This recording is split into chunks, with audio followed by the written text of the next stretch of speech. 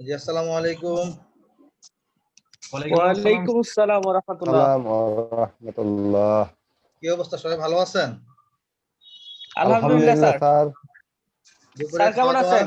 সবার খাওয়া দাওয়া হয়েছে দুপুরে? জি জি স্যার। আলহামদুলিল্লাহ স্যার।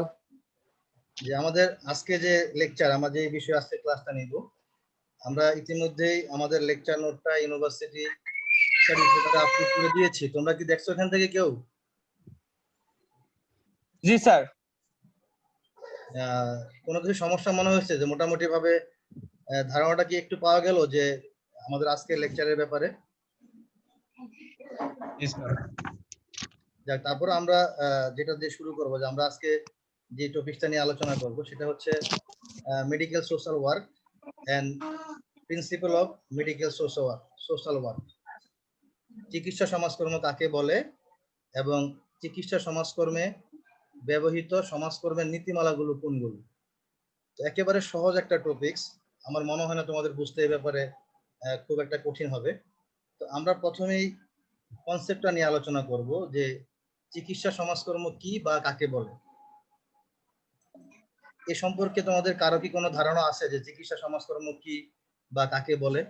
মানে শেয়ার করা যায় কিছু একটু, যে স্যার চিকিৎসা সমাজকর্ম বলতে আমি বুঝি যে এটুকু, এরকম কেউ তোমাদের মধ্য থেকে? আর চিকিৎসা সমাজকর্ম বলতে স্যার হচ্ছে রোগীদের আর কি সেবা টেবা বা হচ্ছে হলো গিয়ে রোগীরা যাতে কম খরচে সব ধরনের সমাজকর্মিক সেবা পেতে থাকে সেই ব্যাপারে আর কি আলোচনা করা হয় হয়তো বা চিকিৎসা সমাজকর্মে স্যার। আমি বিগত ক্লাসরুমে হয়তো স্যার হাসপাতাল সমাজ সেবা কর্ম সম্পর্কে পড়াশোনা করেছি স্যার একটু। তো তখন হচ্ছে হলো গিয়ে আমি জানতে পারছি যে হাসপাতালের সাথে এটা আর কি হালকা হলেও রিলেটেড আছে স্যার। যেমন হাসপাতাল সমাজ সেবা কর্মে হচ্ছে দেখা যায় যে বিভিন্ন যে সকল সম্পর্ক থাকে মানবিক এবং সামাজিক সম্পর্ক, সেগুলোর অবনতি থাকলে সেগুলোর উন্নতি করা হয়। তারপরে দৈহিক চিকিৎসার প্রতি গুরুত্ব আরোপ করা হয়। তারপরে দরিদ্র জনগোষ্ঠী যারা আছে তাদের সাথে হচ্ছে হলো যদি কোনো প্রকার চিকিৎসা প্রয়োজন হয় সেক্ষেত্রে হচ্ছে স্যার হচ্ছে তাদেরকে প্রয়োজনীয় চিকিৎসা প্রদান, তাদের সাহায্য করা। এছাড়া তারপরে স্যার হচ্ছে যদি কারোর ব্যাপারে রোগীদের ব্যাপারে যদি অজ্ঞতা থাকে বা উদাসীনতা থাকে সে ব্যাপারে তাদেরকে সচেতন করে তোলা স্যার, ইত্যাদি ব্যাপার আর কি হচ্ছে হলো গিয়ে হাসপাতাল সমাজ সেবায় হচ্ছে আলোচনা করা হয়। আমার কাছে মনে হয় যে চিকিৎসা সেবা কর্মটাও হচ্ছে ঠিক একই রকম, সে যেখানে হচ্ছে হলো গিয়ে চিকিৎসার ব্যাপারে হচ্ছে গুরুত্ব আরোপ করা হয় আর কি সমাজকর্মের ক্ষেত্র থেকে আর কি। এখানে বলা হয়েছে যে চিকিৎসা সমাজকর্ম কি। এখানে আমি একটু স্যার বলতে চাই যে চিকিৎসা সমাজকর্ম হচ্ছে সমাজকর্মের একটি বিশেষ শাখা, যার মাধ্যমে স্বাস্থ্য ও চিকিৎসার ক্ষেত্রে সমাজকর্মের জ্ঞান, দক্ষতা ও কৌশলের মূল্যবোধ ও পদ্ধতি প্রয়োগের মাধ্যমে অসুস্থ ব্যক্তিকে শারীরিকভাবে সহায়তা করা। চিকিৎসা হচ্ছে মানে চিকিৎসা সমাজকর্ম হচ্ছে যেটা আমরা বুঝি চিকিৎসা সমাজকর্ম বলতে, চিকিৎসা সমাজকর্ম হচ্ছে সমাজকর্মের একটি বিশেষ শাখা, যার মাধ্যমে চিকিৎসার ক্ষেত্রে সমাজকর্মের দক্ষতা ও কৌশল, মূল্য এবং প্রয়োগের মাধ্যমে অসুস্থ ব্যক্তিকে সুস্থ করাকে শারীরিকভাবে সহায়তা করাকে চিকিৎসা সমাজকর্ম বলে। ওকে, থ্যাংক ইউ। আমরা যদি এখানে চিকিৎসা সমাজকর্ম কি বা কাকে বলে এই ব্যাপারে বিভিন্ন মনীষীগণ বিভিন্ন ধরনের কনসেপ্ট বা সংজ্ঞা দিয়েছেন, এখানে আমরা ওইদিকে ভাবে আলোচনা যাব না। তোমরা ইতিমধ্যে কয়েকজন তোমাদের মানে কথাটা বা মতামত প্রকাশ করছো যে চিকিৎসা সমাজকর্ম কি এই ব্যাপারে। আমরা যদি একটু আমাদের মতো করে, বা আমি যদি বলি এভাবে, যে চিকিৎসা সমাজকর্ম হলো সমাজকর্মের একটা বিশেষ শাখা। চিকিৎসা সমাজকর্ম হলো সমাজকর্মের একটা বিশেষ শাখা, যার মাধ্যমে স্বাস্থ্য ও চিকিৎসার ক্ষেত্রে সমাজকর্মের জ্ঞান, দক্ষতা, কৌশল, মূল্যবোধ এবং পদ্ধতিগুলো প্রয়োগের মাধ্যমে রোগীকে পরিপূর্ণভাবে সুস্থতা অর্জনে সহায়তা করা হয়। আমি আবারও বলছি কথাটা এভাবে, যে চিকিৎসা সমাজকর্ম হলো সমাজকর্মের একটি বিশেষ শাখা, যার মাধ্যমে স্বাস্থ্য ও চিকিৎসার ক্ষেত্রে সমাজকর্মের জ্ঞান, দক্ষতা, কৌশল, মূল্যবোধ এবং পদ্ধতি প্রয়োগ করে রোগীকে পরিপূর্ণভাবে সুস্থতা অর্জনে সহায়তা করা হয়। এই যে আমি যে কথাটা বললাম তোমাদেরকে, চিকিৎসা সমাজকর্ম কাকে বলে, আমার মনে হয় আমরা আমাদের মতো করে যদি কথাগুলো বলি ভাবে, যে আমরা জানি যে চিকিৎসা সমাজকর্ম বর্তমান পৃথিবীতে উন্নত বিশ্বে প্রায় প্রত্যেকটা হাসপাতালে চিকিৎসা সমাজকর্মের একটা আলাদা ইউনিট থাকে, এবং যেখানে সমাজকর্মীর নিয়োগ থাকে, এবং ওই সমাজকর্মীরা রোগীর সার্বিক সমস্যা সমাধানের জন্য বিভিন্নভাবে চেষ্টা করে আর কি। কারণ কিছু কিছু সমস্যা এরকম কিছু সমস্যা আছে যে সমস্যাগুলো আপনার কোনো রকমের মেডিকেল টেস্টের মাধ্যমে বের করা যায় না। এই সমস্যাগুলো, যেমন আমরা যদি বলি মনোসামাজিক সমস্যা, এটা আপনি চাইলে এক্স-রে, ইসিজি বা অন্য কোনো পদ্ধতির মাধ্যমে কিন্তু এটা বের করতে পারবেন না। সেক্ষেত্রে সমাজকর্মের যে কৌশলগুলো আছে, পদ্ধতিগুলো আছে, মূল্যবোধগুলো আছে, এবং সমাজকর্মী মাঝে যে দক্ষতাগুলো আছে, এই দক্ষতা এবং এই কৌশলগুলো প্রয়োগ করার মাধ্যমে ক্লায়েন্ট মানে সমস্যাগ্রস্ত ব্যক্তি বা ক্লায়েন্ট থেকে সমস্যার মূলটা বের করে আনার চেষ্টা করে, যে আসলে সমাজকর্মীর যে সমস্যাটা এটা কবে থেকে শুরু হয়েছে। যদি আমরা উদাহরণ দিয়ে এরকম ভাবে বলি, যেমন একটা মাদকাসক্ত ছেলে অথবা মেয়ে, এই মাদকাসক্ত ছেলে বা মেয়ের সমস্যাটা আসলে কবে থেকে শুরু হয়েছে, তারা কতদিন ধরে এডিক্টেড, বা তাদের লেভেলটা কতটা গভীর, এটা কিন্তু আপনি মেডিকেল সায়েন্সে যে ব্লাড টেস্ট করে আপনি বের করতে পারবেন না, বা এটা আপনি অন্য কোনো পদ্ধতির মাধ্যমে কিন্তু বের করতে পারবেন। এই জন্য এই ক্ষেত্রে সমাজকর্মী সমস্যাগ্রস্ত ব্যক্তির সাথে সৌহার্দ্যপূর্ণ আচরণের মাধ্যমে, সম্পর্ক তৈরির মাধ্যমে তার হিস্ট্রিটা বের করে নিয়ে আসে, যে তার এই যে সে মাদকাসক্ত, এটা কবে থেকে তার শুরু, কিভাবে সে মাদকে আসক্ত হইল, এর গভীরতা কতটুকু, এই বিষয়টা বের করার জন্য কিন্তু আপনাকে এই সাধারণত উন্নত বিশ্বে এই মেডিকেল সোশ্যাল ওয়ার্কের কিন্তু কদর অনেক বেশি। যদিও আমাদের দেশেও মেডিকেল সোশ্যাল ওয়ার্কটা স্বল্প পরিসরে কিন্তু অনুশীলন হচ্ছে আমাদের দেশে। আমরা জানি যে আমাদের দেশে যে 7টা বিভাগ, এই 7টা বিভাগীয় শহরে কিন্তু সমাজকর্মের বা মেডিকেল সোশ্যাল ওয়ার্কটা আছে। ঢাকা মেডিকেল, বারডেম, পিজিতে আপনারা গেলে দেখবেন যে সমাজকর্মের আলাদা একটা ইউনিটি আছে।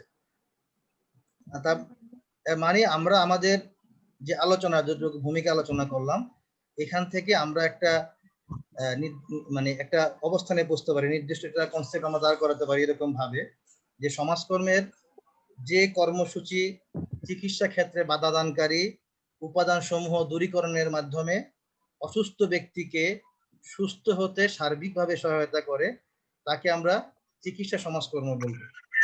সমাজকর্মের যে কর্মসূচি চিকিৎসা ক্ষেত্রে বাধা দানকারী উপাদান সমূহ দূরীকরণের মাধ্যমে অসুস্থ ব্যক্তিকে সার্বিকভাবে সহায়তা করে চিকিৎসা ক্ষেত্রে, তাকে আমরা বলবো চিকিৎসা সমাজকর্ম। আমরা এখন আপনাদের কাছ থেকে একটু শুনতে চাইবো যে আপনারা পছন্দ, আপনাদের কেউ আপনাদের মতামত প্রকাশ করছেন যে চিকিৎসা সমাজকর্ম কি। আমাদের যে প্রাথমিক আলোচনা, এই আলোচনার প্রেক্ষিতে আপনাদের মধ্য থেকে কেউ কি আছেন যে এরকম আপনাদের নতুন কোনো মতামত প্রকাশ করবেন যে চিকিৎসা সমাজকর্ম বলতে আপনারা কি বুঝেন? জি বলেন মারিয়াম। স্বাস্থ্য ও চিকিৎসার ক্ষেত্রে সমাজকর্মের জ্ঞান, দক্ষতা, দৃষ্টিভঙ্গি ও মূল্যবোধের পরিধি হচ্ছে চিকিৎসা সমাজকর্ম। অন্য কেউ কি আছেন যে আপনারা আপনাদের মতামত বা কথাগুলো প্রকাশ করতে চান যে চিকিৎসা সমাজকর্ম বলতে আপনি কি বুঝেন? মোটামুটি আমরা সবাই একমত স্যার, আর কি যে আলোচনাগুলো হলো সেগুলোর সাথে আমরা মোটামুটি একমতই বলা যায়। কারণ আপনার হচ্ছে দেখা যাচ্ছে যে মোটামুটি আপনি যতটুকু বলছেন বা পূর্বে যতটুকু বলা হয়েছে তার মধ্যে মোটামুটি ক্লিয়ার হয়ে গেছে ব্যাপারগুলো আসলে আমাদের কাছে। যে মোট কথা হচ্ছে আপনার চিকিৎসা সমাজকর্ম আসলে সমাজকর্ম একটা শাখা, যেখানে হচ্ছে স্বাস্থ্য চিকিৎসার মাধ্যমে আর কি জ্ঞান কৌশল আর পদ্ধতি প্রয়োগ করা হয় আর কি স্যার, এবং রোগীকে সেবা দান করা হয়, যেটা আর কি আমরা বলতাম আর কি আমরা। ধন্যবাদ সবাইকে। মোটামুটি ভাবে যে তোমাদের কাছে কনসেপ্টটা মোটামুটি ভাবে ক্লিয়ার যে চিকিৎসা সমাজকর্ম কি। আমরা এই মুহূর্তে আমাদের আলোচনার পরের অংশে চলে যাব যে চিকিৎসা সমাজকর্মে ব্যবহৃত সমাজকর্মের নীতিমালাগুলো কোনগুলো। যখন একজন সমাজকর্মী সমস্যাগ্রস্ত ব্যক্তি বা ক্লায়েন্টকে চিকিৎসা সেবাটা দিয়ে থাকে, তখন সে কোন কোন নীতিগুলো অনুসরণ করে সমস্যাগ্রস্ত ব্যক্তিকে তার সেবা দিয়ে থাকে, এগুলো হচ্ছে নীতি। সুতরাং আমরা সমাজকর্মের NSW কর্তৃক চিকিৎসা সমাজকর্মের যে নীতিমালাগুলো আছে, কয়েকটা নীতির কথা এখানে বলা আছে, মোটামুটি ভাবে 8টি নীতির কথা বলা আছে। যে যখন সমাজকর্মী সমস্যাগ্রস্ত ব্যক্তিকে চিকিৎসা সেবাটা দিয়ে থাকে, তখন সমাজকর্মীকে এই 8টি নীতি মাথায় রেখে সমস্যাগ্রস্ত ব্যক্তিকে তার সেবা দিয়ে থাকবে। প্রথমে এখানে বলা আছে যে নীতিটার কথা, principal of acceptance. Principal of acceptance, গ্রহণ নীতি। 2 নম্বরের নীতি যেটা, সেটা বলা হচ্ছে প্রিন্সিপাল অফ ইন্ডিভিজুয়ালাইজেশন, ব্যক্তি স্বতন্ত্রীকরণ নীতি। প্রিন্সিপাল অফ ইন্ডিভিজুয়ালাইজেশন, ব্যক্তি স্বতন্ত্রীকরণ নীতি। 3 নম্বর যে নীতিটা সমাজকর্মী অনুসরণ করবে সেটা হচ্ছে principle of purposeful expression of feelings, অনুভূতি, উদ্দেশ্যমূলক অনুভূতি প্রকাশের নীতি। 4 নম্বরে বলা হচ্ছে principle of control emotion, principle of control emotion, আবেগ সংযোগের নীতি। 5 নম্বরে বলা হচ্ছে principle of patient self determination, রোগীর আত্মনিয়ন্ত্রণ অধিকার নীতি। 6 নম্বর নীতি হচ্ছে principle of non judgement attitude, বিচার নিরপেক্ষ দৃষ্টিভঙ্গির নীতি। Principle of non judgement attitude. 7 নম্বর নীতিটা হচ্ছে প্রিন্সিপাল অফ কনফিডেন্সিয়ালিটি, গোপনীয়তার নীতি। আর 8 নম্বর হচ্ছে প্রিন্সিপাল অফ কমিউনিকেশন, যোগাযোগ নীতি।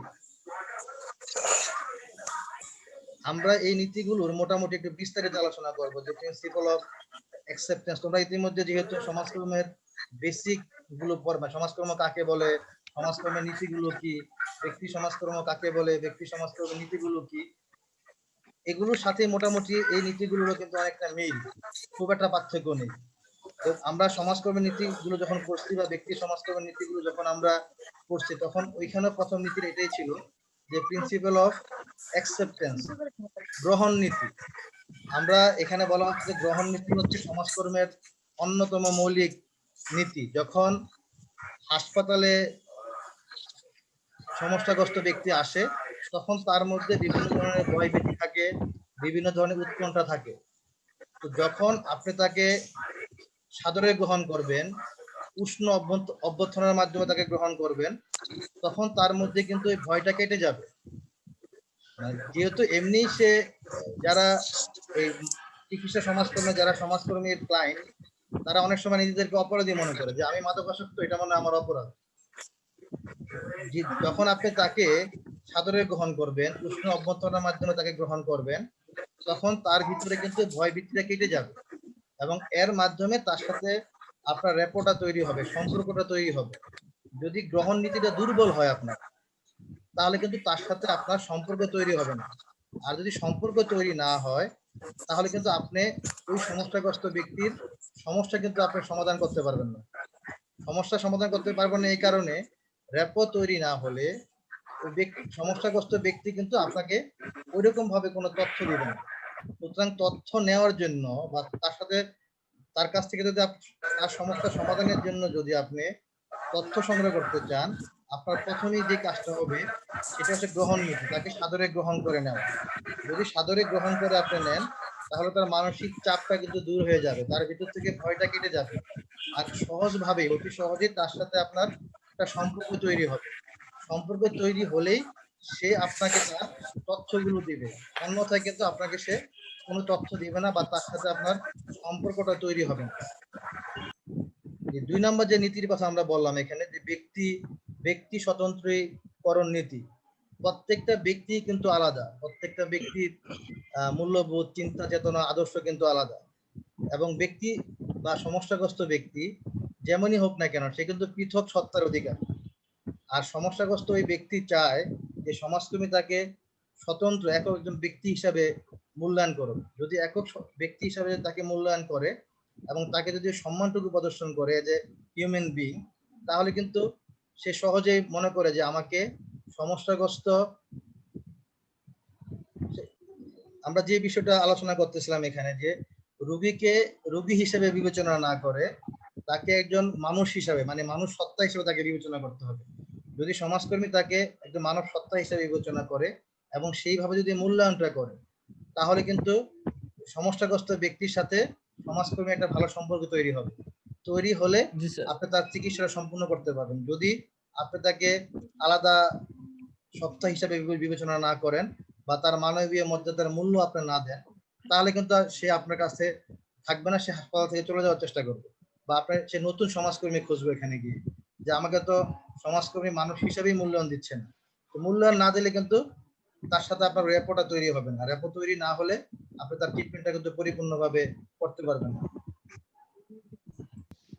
তারপরে যে নীতিটার কথা আমরা শুরুতে আলোচনা করছি, যে প্রিন্সিপাল অফ কন্ট্রোল ইমোশন, সংযত আবেগের নীতি। আমরা জানি যে সমাজকর্মীর কাছে বিভিন্ন রকম ক্লায়েন্ট আসবে।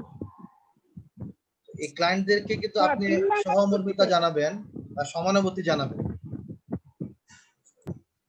যেহেতু সমাজকর্মীর কাছে বিভিন্ন রকমের ক্লায়েন্ট আসবে এবং তারা কিন্তু তাদের আবেগের অনেক কথা আপনার সাথে বলবে। তো এই আবেগের কথাগুলো আপনি শুনে যদি সমাজকর্মী যদি নিজেই মানে আবেগে বিচলিত হয়ে পড়েন বা আবেগে জড়িয়ে পড়েন, তাহলে কিন্তু আপনি নিজেই ভেঙে পড়বেন, মানে সমাজকর্মী। তো যদি সমাজকর্মী যদি ক্লায়েন্টের সমস্যার কথা শুনে আবেগে জড়িয়ে পড়ে, তাহলে কিন্তু ওই সমাজকর্মীর পক্ষে সমস্যাগ্রস্ত ব্যক্তির সমস্যাটা কিন্তু সমাধান করাটা কঠিন হয়ে যাবে। বিশেষ করে মানে বিপরীত লিঙ্গ যেটা, যদি আপনি একজন পুরুষ সমাজকর্মী হন আর যদি নারী ক্লায়েন্ট হয়, অথবা আপনি যদি নারী সমাজকর্মী হন পুরুষ ক্লায়েন্ট হন, এটা বিশেষ করে মেয়ে হলে মানে ক্লায়েন্ট যদি বা সমস্যাগ্রস্ত ব্যক্তি যদি নারী কেন্দ্রিক হয় আর সমাজকর্মী যদি পুরুষ হয়, এক্ষেত্রে সে আপনার কাছে বিভিন্ন ধরনের কথা কিন্তু বলতে পারে।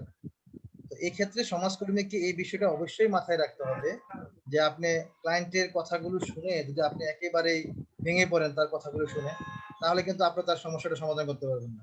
যে ক্লায়েন্টও মনে করেন যে আবেগ জড়িত, সে কান্নাকাটি করে, আপনারা চোখে পান, যদি এরকম সমস্যা হয় তাহলে ও মনে করবে যে এই লোক সমাজকর্মী খুব মানসিকভাবে দুর্বল লোক। আপনাকে অবশ্যই তার সমস্যাগুলোকে একেবারে সহানুভূতি নয়, সমানুভূতির মাধ্যমে বুঝতে হবে। ক্লায়েন্ট এটা বুঝবে যে সমাজকর্মী আমার সমস্যার বিষয়গুলো একেবারে সমানুভূতির দৃষ্টিতে দেখতেছে, বা আমার সমস্যাটা তার নিজের সমস্যার মতো করেই সে অনুধাবন করতেছে, এটুক ক্লায়েন্ট বুঝবে। তো কোনো অবস্থায় এরকম ব্যাপারটা হবে না যে আপনি সমাজকর্মী কান্নাকাটি করতেছে, আপনিও তার সাথে কান্নাকাটি জড়িয়ে দিলেন। যদি এরকম হয় তাহলে কিন্তু আপনার পক্ষে তার সমস্যাটা সমাধান করাটা সম্ভব হবে না, বা আপনাকে ক্লায়েন্ট মনে করতে পারে যে সমাজকর্মী তো অনেক দুর্বল লোক মানসিকভাবে। এই ক্ষেত্রে আপনাকে অবশ্যই আপনার আবেগটা সংযত অবস্থায় রাখতে হবে। আমরা যে পরবর্তী যে নীতিটার কথা বলছিলাম, যে principal of patient self determination, রোগীর আত্মনিয়ন্ত্রণ অধিকার নীতি। যে চিকিৎসা সমাজকর্মে আত্মনিয়ন্ত্রণ অধিকার বলতে রোগীকে স্বীয় সিদ্ধান্ত গ্রহণ ও মতামত প্রকাশের অধিকারকে বোঝায়। যে সমস্যাগ্রস্ত ব্যক্তি, আপনি তার উপরে কোনো সিদ্ধান্ত কিন্তু চাপিয়ে দিতে পারবেন। ট্রিটমেন্টের ধরনটা কি হইতে পারে, কোন পদ্ধতিতে আপনি ট্রিটমেন্ট নেবেন, কোথায় আপনি ট্রিটমেন্ট নেবেন, এই বিষয়গুলোর ব্যাপারে অবশ্যই রোগীকে সিদ্ধান্ত নেওয়ার সুযোগটা দিতে হবে। আপনি আমার মতো করে যদি আমি সিদ্ধান্ত নিতে চাই, তাহলে কিন্তু রোগী আপনার কথা অনেক সময় নাও মানতে পারে। সেক্ষেত্রে আপনাকে রোগীর উপরে কোনো অবস্থাতে কোনো সিদ্ধান্ত চাপিয়ে দেওয়া যাবে না, যে আমি এটা মনে করি আপনাকে এভাবেই আপনার সমস্যার সমাধান করতে হবে, এই ধরনের কোন সিদ্ধান্ত তার উপরে চাপিয়ে দেওয়া যাবে না। এক্ষেত্রে সিদ্ধান্ত গ্রহণের ক্ষেত্রে রোগীর যে মতামত, চিন্তাধারা, দৃষ্টিভঙ্গি, এই বিষয়টাকে আপনাকে গুরুত্ব দিতে হবে। রোগী যে অনেক সময় নিজের সিদ্ধান্ত নিজেই নিতে পারে, আপনি ওই ব্যাপারে আপনাকে অবশ্যই তার ওই বিষয়কে আপনার সাপোর্ট করতে হবে। বা চিকিৎসা ব্যবস্থা, রোগীর আত্মবিশ্বাস, অনেক অনুপ্রেরণা, এই বিষয়গুলোকে আপনাকে দেখতে হবে। এই কাজটা কখনোই করা যাবে না যে আপনি আপনার সিদ্ধান্তটা, সমাজকর্মী আপনি আপনার সিদ্ধান্ত তার উপরে কোনো অবস্থাতে পরিপূর্ণভাবে চাপিয়ে দিতে পারবেন। পরবর্তী যে নীতিটা নিয়ে আমরা আলোচনা করব সেটা হচ্ছে principle of non judgement attitude, বিচার নিরপেক্ষ নীতি। আমরা সমাজকর্মীকে বলি একজন সমস্যা সমাধানকারী, সে কিন্তু বিচারক না। আমার কথা কি তোমরা বুঝতে পারতেছো? ক্লিয়ার আমার কথা? জি স্যার। জি স্যার। আমরা বলতেছি এটা, যে সমাজকর্মী জি স্যার, জি স্যার। একজন সমস্যা সমাধানকারী বা সমস্যাগ্রস্ত ব্যক্তি সমস্যা সমাধানকারী। সমস্যাগ্রস্ত ব্যক্তি কি করলো, এটা কি রাইট বা কতটুকু রং, এটা বিচার করার দায়িত্ব কিন্তু সমাজকর্মীর না। এই জন্য এখানে বলা হচ্ছে যে অনেক সময় আমাদের কোনো ক্লায়েন্ট, এরকম ক্লায়েন্ট আপনার কাছে আসতে পারে যে যৌন রোগী হইতে পারে, মানসিক সমস্যাগ্রস্ত হইতে পারে, মাদকাসক্ত হইতে পারে।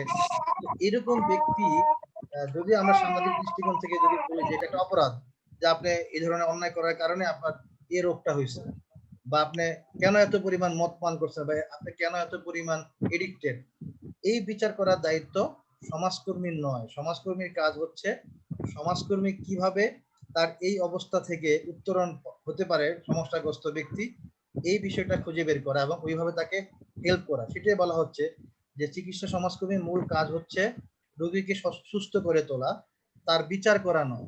যদি আপনি তাকে বিচার নিরপেক্ষ দৃষ্টিভঙ্গিতে দেখতে না পারেন, তাহলে কিন্তু সে ক্লায়েন্ট আপনার সাথে কাজ মানে আপনার সাথে থাকবে না। সে কিন্তু আপনাকে অবশ্যই বিচার নিরপেক্ষ দৃষ্টিভঙ্গিতে থেকে কিভাবে তার সমস্যাটা আপনি সমাধান করবেন, এই বিষয়টার প্রতি আপনাকে সম্পূর্ণ গুরুত্ব দিতে হবে। অন্য বিষয়ে সে কি করলো, কেন করলো, এই বিষয়গুলো নিয়ে কোনো বিচার করার কোনো সুযোগ এখানে আপনাদের নেই, আমাদের থাকবে না সমাজকর্মী।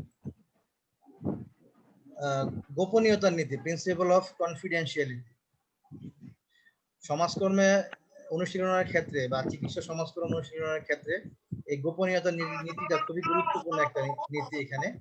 কারণ সমস্যাগ্রস্ত ব্যক্তি বিভিন্ন ধরনের অপরাধমূলক কাজে বা মানে প্রকাশ করা যায় না এরকম কোনো অন্যায় কিন্তু সে করতে পারে। এখন সে তার সমস্যাটা সমাধান করার জন্য আপনার কাছে আসছে বা সমাজকর্মীর কাছে আসছে, সে প্রথম এই বিষয়টা অবশ্যই চাইবে যে আমার কথাটা যাতে সমাজকর্মীর কাছে গোপন থাকে, সে যাতে কোনো অবস্থাতেই আমার কথাটা সমাজে প্রচার করে না দেয়। যেমন একজন সমাজে সম্মানিত ব্যক্তি, তার ছেলে বা মেয়ে বা অন্য কেউ এমন কোনো ধরনের অপরাধে জড়িয়ে পড়লো, এখন সে তার এই সমস্যাটা সমাধান চায়। সমাধান চাইলে যদি আপনি আপনার কাছে এই কথা যদি সমাজে যদি তার এই কথাগুলো প্রকাশ হয়ে যায় যে অমুকের ছেলেটা বা মেয়েটা এডিক্টেড, অমুকের ছেলে বা মেয়েটা এরকম ধরনের রোগে আক্রান্ত বা এরকম সমস্যা আক্রান্ত, তাহলে কিন্তু সমাজে তার সম্মান নষ্ট হবে। সুতরাং সম্মান নষ্ট হওয়ার ভয়েও অনেক সময় অনেক জায়গায় আপনার এই সমাজকর্মীর কাছে বা অন্য কারোর কাছে সমস্যার কথাগুলো শেয়ার করতে চায় না। তো যখনই এই সমস্যাটা দেখা দেয়, তখন ক্লায়েন্ট কিন্তু এই নিশ্চয়তাটা চায় যে আমার কথাগুলো সমাজকর্মী সম্পূর্ণ গোপন রাখবে। যদি সে এই নিশ্চয়তা পায়, তাহলে সে একেবারে মন খুলে তার সমস্যার কথাগুলো বলতে সাহস পায়। যদি ক্লায়েন্ট এই নিশ্চয়তা সমাজকর্মীর কাছ থেকে পায় যে আমার সমস্যার সকল কথাগুলো সমাজকর্মী গোপন রাখবে, তাহলে সে তার কথাগুলো একদম খোলামেলা ভাবে সমস্যার কথাগুলো বলতে পারে। বললে আপনি সহজে তার সমস্যাটার সমাধান করতে পারবেন। আর সর্বশেষ যে নীতিটা এখানে আছে সেটা হচ্ছে প্রিন্সিপাল অফ কমিউনিকেশন, যোগাযোগের নীতির কথা বলা হচ্ছে। এই নীতির মাধ্যমে সমাজকর্মী ও রোগী একে অপরের সম্পর্কে জানতে পারে, বুঝতে পারে। এখানে কমিউনিকেশন বলতে শুধুমাত্র যে রোগী আর সমাজকর্মীর সাথে যোগাযোগটা হবে এরকম না, বরং সমস্যাগ্রস্ত ব্যক্তির সমস্যা সমাধানের জন্য আদার্স যে ব্যক্তিরা আছে, তার পরিবার হইতে পারে, তার কলিগস হইতে পারে, তার বন্ধু বান্ধব হইতে পারে, তার খেলার সাথীরা হইতে পারে, তাদের সাথে প্রয়োজনে যোগাযোগটা মেনটেন করতে পারে সমাজকর্মী। আর যোগাযোগের মাধ্যমে যখন সমাজকর্মী এবং রোগীর মাধ্যমে একটা ঘনিষ্ঠ সম্পর্ক তৈরি হবে, জানাশোনা হবে, আলোচনা, খোলামেলা আলাপ আলোচনা হবে, তখন রোগীর আসল বা সঠিক যে সমস্যাটা ওটা আপনি খুঁজে বের করতে পারবেন। আমরা আজকে যে বিষয়গুলো আলোচনা করলাম, যে বিষয়গুলো যে চিকিৎসা সমাজকর্ম কি এবং চিকিৎসা সমাজকর্মের নীতিগুলো কি, কোন নীতির ভিত্তিতে সমাজকর্মী সমস্যাগ্রস্ত ব্যক্তিকে তার চিকিৎসা সেবাটা দিবে, এইটুকু বোঝার ক্ষেত্রে তোমাদের কারো কোনো সমস্যা আছে কিনা? যদি থাকে তাহলে তোমরা বলো, আমরা এটা নিয়ে একটু অ্যান্সার এবং কোশ্চেন সেশনে যাবো এখন। মানে যেটুকু আমরা আলোচনা করলাম, এই আলোচনাতে তোমাদের কোথাও বুঝতে কোনো সমস্যা আছে কিনা? স্যার আমার কাছে একটা প্রশ্ন আছে যে হচ্ছে ইমোশনাল ইনভলভমেন্ট, যেটা বলছে কন্ট্রোল ইমোশনাল ইনভলভমেন্ট, যেখানে বলা হচ্ছে যে একজন পেশেন্টের সাথে আমি হচ্ছে তো এমন একটা পর্যায়ে যেতে পারবো না যেটা থেকে সে হচ্ছে আমার প্রতি হচ্ছে সে মনে করে যে আমি তার থেকে হচ্ছে বেশি দুর্বল, সেটা মানে আপনি বললেন। কিন্তু আমরা যদি রোগীদের পর্যায়ে যদি না যাই, সেক্ষেত্রে হচ্ছে রোগীর কাছ থেকে কি সঠিক তথ্যটা বের করা যাবে? আমি যতদূর দেখেছি, যেমন এইসব আপনি যদি সমাজকর্ম রোগীগুলোর কথা চিন্তা ভাবনা করেন, যখন হচ্ছে মাদকাসক্ত একজন ব্যক্তি হয়তোবা দেখা যাচ্ছে যে আমি তার কাছ থেকে সেই তথ্যটা বের করতে পারতেছি না, যে তথ্যটা হচ্ছে হলো গিয়ে আমার জানা দরকার, কিন্তু আমি তার পর্যায়ে যে তাকে হচ্ছে হেল্প করার মাধ্যমে হচ্ছে তার পর্যায়ে যে আমি তার কাছ থেকে তথ্যটা বের করতে পারতেছি। না, এখন আমরা সেটা কি? আমরা এখানে সেটা আমরা যখন এই বিষয় নিয়ে আলোচনা করছি যে প্রিন্সিপাল অফ কন্ট্রোল ইমোশন, সেখানে আমরা আলোচনার সময় কিন্তু আমরা বলেছি যে সমাজকর্মী সমস্যাগ্রস্ত ব্যক্তির সমস্যাটা সমানুভূতির মাধ্যমে কিন্তু সে বোঝার চেষ্টা করবে যে তার জি কষ্টটা বা সমস্যাটা কতটুকু গভীর। কিন্তু আপনি যদি সমাজকর্মী হয়ে যদি তার সাথে কান্নাকাটি জড়িয়ে দেন, তাহলে আপনার পক্ষে কিন্তু তার সমস্যাটা পরিপূর্ণভাবে উপলব্ধি করা সম্ভব হবে না। যেমন আমরা যদি বলি ডাক্তার, যদি আমরা ডাক্তারের কাছে যাই, ডাক্তার অপারেশন করতে গিয়ে কি রোগীর মতো আচরণ করে নাকি স্ট্রং অবস্থায় থেকে তার ট্রিটমেন্টটা করে? একই রকম ভাবে আপনাকেও একই কাজটা করতে হবে যে আপনি তার সমস্যাটা মনোযোগ দিয়ে শুনবেন। এবং সেক্ষেত্রে কি স্যার হচ্ছে, আমি যেটা বলতে চাচ্ছিলাম যে স্যার হচ্ছে আমি তো সরাসরি বলছি না এমন যে আমি তার প্রতি সহানুভূতি দেখাতে যে আমি নিজে দুর্বল হয়ে যাচ্ছি সেটা না, আমি আমার নিজের মধ্যে দুর্বলতা হচ্ছে চাপিয়ে রাখলাম, কিন্তু আমি তার পর্যায়ে যে তাকে হেল্প করলে সেখানে কি তার হচ্ছে কোনো বেনিফিট হতে পারে কিনা, বা তার তথ্যগুলো হচ্ছে আরো সুচারুভাবে আমার কাছে আসতে পারে কিনা, সেই ব্যাপারে আমি জানতে চাচ্ছিলাম আসলে স্যার। না, সেটাই আমি বললাম যে এখানে সমাজকর্মের যে নীতিগুলো আছে এখানে চিকিৎসা সমাজকর্মে, এখানে এটা বলা আছে স্পষ্ট করে যে আপনি যখনই সমাজকর্মীর কাছে যখন ক্লায়েন্ট আসবে, এসে যখন সে তার সমস্যার কথাগুলো বলবে, সমাজকর্মী তার কথাগুলো মনোযোগ সহকারে শুনবেন এবং তার সমস্যা এবং তার প্রতি তার সহানুভূতি নয় সমানুভূতি। সমানুভূতি কথাটা আমাদের কাছে ক্লিয়ার, যে সমানুভূতি হচ্ছে যে আপনার ফিলিংসটা এরকম হবে বা ক্লায়েন্ট বুঝবে ব্যাপারটা এরকম যে আপনি তার সমস্যার বিষয়গুলো একেবারে মনোযোগ সহকারে বুঝতেছেন বা তাকে গুরুত্ব সহকারে বুঝতেছেন। এক্ষেত্রে আপনাকে দুটো বিষয় এখানে গুরুত্বের সাথে কাজ করতে হবে।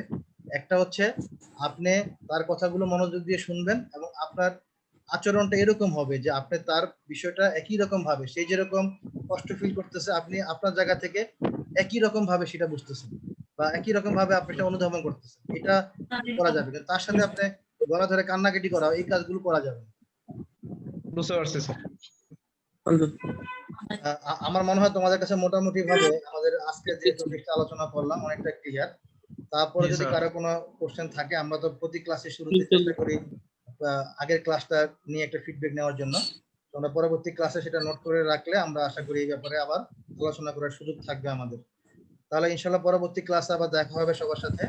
সবাই ভালো থাকবেন। আসসালামু আলাইকুম।